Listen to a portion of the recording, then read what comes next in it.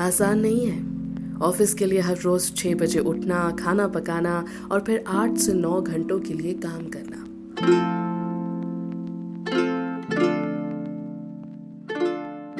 और एज जब किसी की हो जाए ना, थोड़े आराम की आदत लग जाए, तो उससे तो बिल्कुल नहीं हो पाता कि रिपीट मोड में ऑफिस में जाए और फिर काम करें। लेकिन इस सब के बावजूद इस पापी पेट के लिए ना सब चाहते हैं। और मेरे जैसे तो खून भी दफ्तर को देकर आ जाते हैं ताकि कोई सवाल ना उठाए। इन सवालों से ना मेरे अंदर का जुझारू कर्मचारी बहुत हर्ट हो जाता है। इसीलिए काम कितना भी करवा लो, लेकिन डोंट क्वेश्चन मी डूड।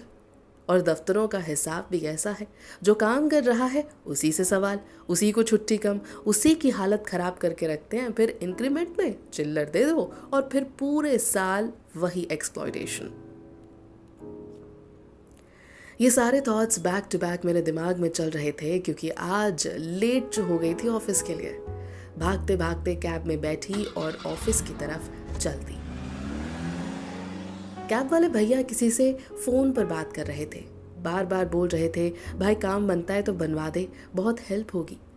कुछ देर बाद फ़ोन डिस्कनेक्ट किया और मुझसे बात करने लगे। कहने लगे, मैडम हर दिन काम करना कितना मुश्किल है ना। यूं लगा भैया ने मेरे दिल की बात सुन ली हो। फिर सोचा कहीं मैं ही तो नहीं ऊंचा बोल रही थी।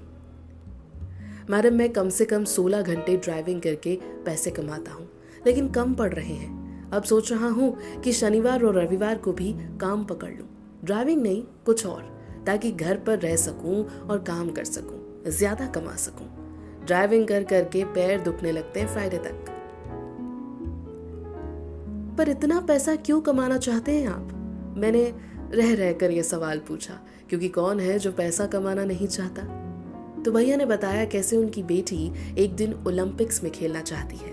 वो स्कूल लेवल एथलेटिक्स में काफ़ी नाम कमा चुकी है और अब कॉलेज से स्टेट लेवल में भी जाएगी।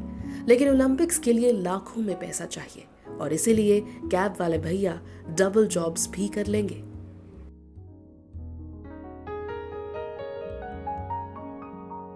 और एक मैं हूं जो सिर्फ 9 to 5 जॉब के लिए भी इतना रो रही थी।